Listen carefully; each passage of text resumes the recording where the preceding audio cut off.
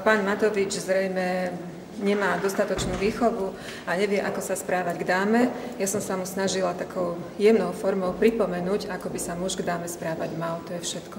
A došlo to takú fyzickému kontaktu nejakému? Alebo konfrontácii?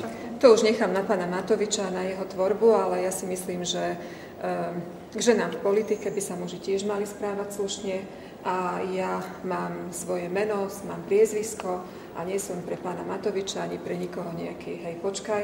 Ak je to táto nová kultúra, ktorú teda zavádzajú do parlamentu, tak ja mám zasa metódy nie až také nové, na to, aby som vysvetlila, že jednoducho k dáme sa má správať každý slušne.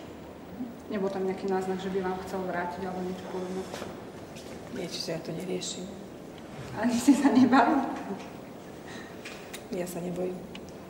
Patrí to podľa vás na pôdu parlamentu riešiť vlastne takéto konflikty a spory?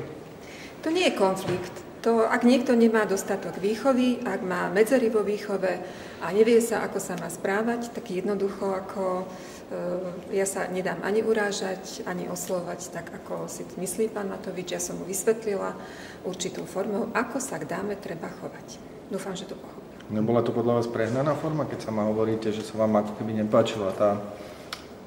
Vy ste to tak ako parafrazovali, že ak to má byť tá nová politická kultúra. Pozrite sa, pán rektor, videli ste ho, je celý, nepoškodený, žiadna prehnaná forma to nebola.